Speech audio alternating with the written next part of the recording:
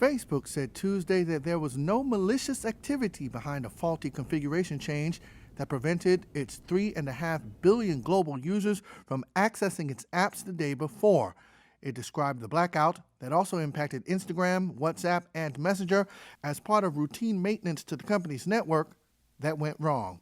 In a blog post updated on Tuesday, Facebook explained its engineers issued a command that unintentionally took down all the connections to its network, quote, effectively disconnecting Facebook data centers globally. It also caused employees to lose access to internal tools, including those used by Facebook employees to correct such issues. Tech exec Matthew Hodgson of Element, a messaging app which competes for eyeballs with Facebook, says the outage serves as a reminder of what happens when too much power lies in the hands of one big company. And the way to mitigate this is clearly not to go and concentrate something as fundamental as communication in the hands of a single company. Instead, you should decentralize. You should have multiple instances spread across the world. You should democratize that communication, just like the internet used to be.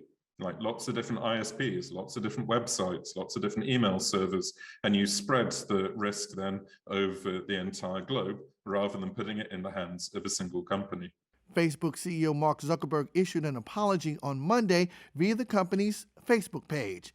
The outage came at a time when Zuckerberg and his company were already under intense scrutiny. A former company insider who provided jaw-dropping research to the Wall Street Journal testified on Capitol Hill Tuesday as a whistleblower, telling lawmakers Facebook cares more about profits than it does about its platform being used to stoke divisions and harm to teenage girls.